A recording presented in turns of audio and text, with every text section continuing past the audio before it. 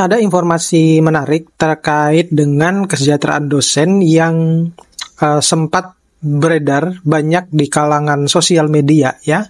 Dan kali ini saya mengutip dari salah satu pernyataan Sekjen Kemendikbudristek. Untuk tahu lebih jelasnya seperti apa, tetap stay tune di channel saya. Kita bahas ini lebih dalam.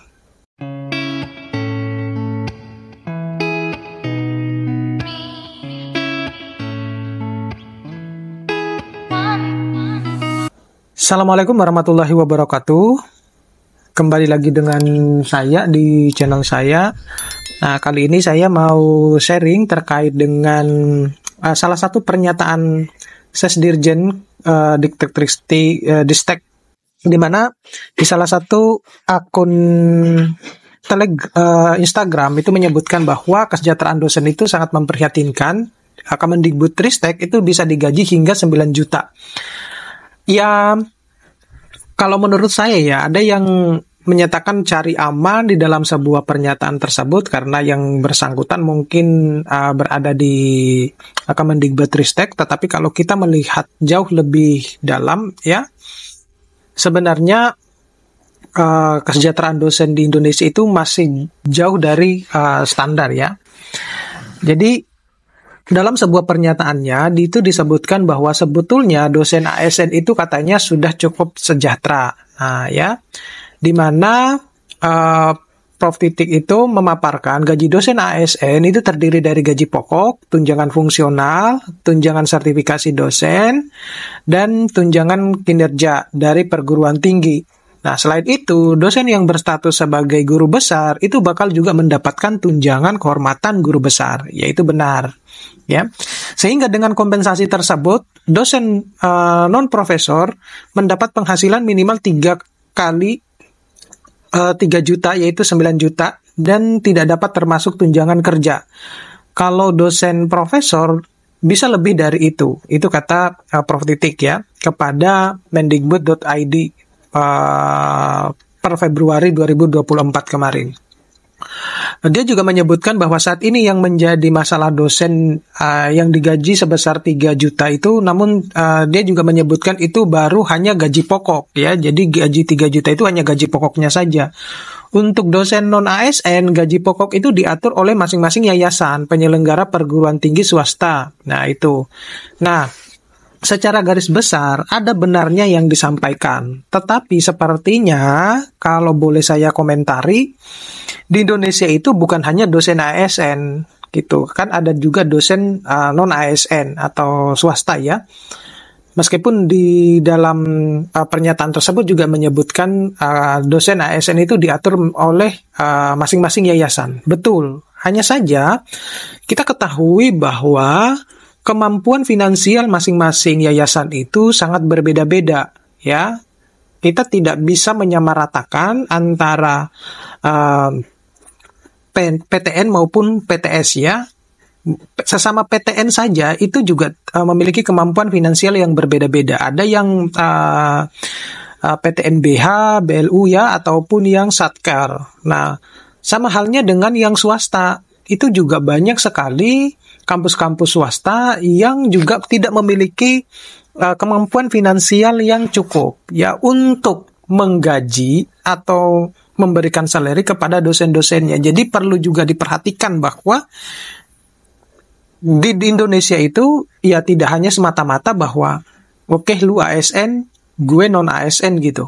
Nah, bukan hanya semata-mata semacam itu. Yang menjadi, saya lebih setuju kepada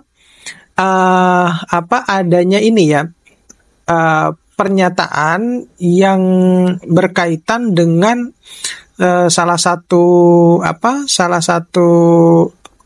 dosen ya di UNER itu menyebutkan bahwa perlu adanya standarisasi gaji dosen di Indonesia itu. Dan saya lebih setuju yang itu, tapi ada tapinya ini kalau yang ini. Kenapa demikian? Karena kalau kita mau menerapkan standarisasi gaji dosen di Indonesia itu katakanlah, seperti halnya negara-negara yang lain ya di luar negeri itu katakanlah 10 juta per bulan itu berlaku untuk semua dosen, ya ditanyakan lagi, khusus untuk PTS mereka memiliki kemampuan untuk membayar dosennya sekitar 10 juta per bulan atau enggak. Itu juga. Karena kenapa demikian? Kita ketahui bahwa PTS itu sumber pemasukan utamanya adalah dari mahasiswa. Nah, sedangkan PTN itu dengan ketika mereka sudah berstatus sebagai PTNBH ya atau PTNBLU dan lain sebagainya itu, mereka seperti berdasarkan apa yang saya dapatkan dari berbagai macam cerita teman-teman dosen PTS, ya semudah atau segampang mereka membuka jalur-jalur yang sebenarnya itu adalah salah satu pemasukan dari swasta gitu, PTS ya. Contoh misalnya, ketika PTN itu mengadakan penerimaan mahasiswa baru ya secara nasional, kemudian mereka juga belum puas dan harus menyaring dengan secara mandiri ya atau jalur mandiri itu. Nah, itu sebenarnya sudah menghambat pemasukan dari PTS. Nah, seandainya kalau PTN itu tidak mengadakan yang jalur mandiri, berarti kan mahasiswa-mahasiswa yang tidak lulus di jalur nasional itu ya itu bisa langsung memilih PTS untuk menjadi atau memilih PTS untuk menjadi tempat mereka menimbang ilmu ya, semacam itu gitu. Jadi kalau memang mau ditetapkan sebuah peraturan bahwa gaji dosen itu harus disamaratakan, ya kita harus melihat dulu kita sudah memiliki kesejahteraan atau memiliki kesetaraan yang sama nggak antara PTN dan PTS. Berbeda loh dengan yang ada di luar negeri ya. Semua itu sama mereka ya. Karena tolak ukurnya Indonesia itu ya mohon maaf ya akreditasi yang kita dibebankan untuk mengerjakan akreditasi bertahun-tahun itu ya, yang tidak saya lihat di universitas-universitas luar negeri. Ya, semacam itu. Ya, mohon saya dikoreksi kalau misalnya saya mungkin kurang informasi terkait hal tersebut. Nah, tetapi kalau melihat dari rujukan ini, ya melihat dari informasi yang seperti ini, semestinya pemerintah itu harus sudah sebenarnya menetapkan ya. Karena kalau kita menganggap bahwa anak-anak itu adalah masa depan bangsa, maka semestinya kita harus sudah membuka cara berpikirnya mahasiswa itu, calon mahasiswa ya terutama itu, bahwa PTN PTS itu semestinya sama, tetapi kalau mau sama ya kesetaraannya itu sama, ya harus semuanya disamaratakan gitu ya.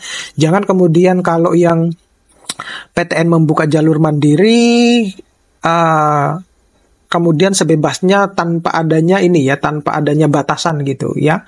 Saya seringkali mengungkapkan bahwa PTN itu sebenarnya tanpa harus fight, angkat kaki pun mereka mahasiswa datang tuh. Karena pola pikir calon mahasiswa di Indonesia itu masih seperti itu. Jadi mereka menganggap bahwa PTN itu masih yang terbaik di Indonesia gitu ya. Itu tidak bisa kita pungkiri gitu. Ya, untuk merubah pola pikir yang semacam itu cukup sulit gitu, cukup sulit. Nah, sedangkan PTS, kampus-kampus swasta itu harus keliling mencari mahasiswa.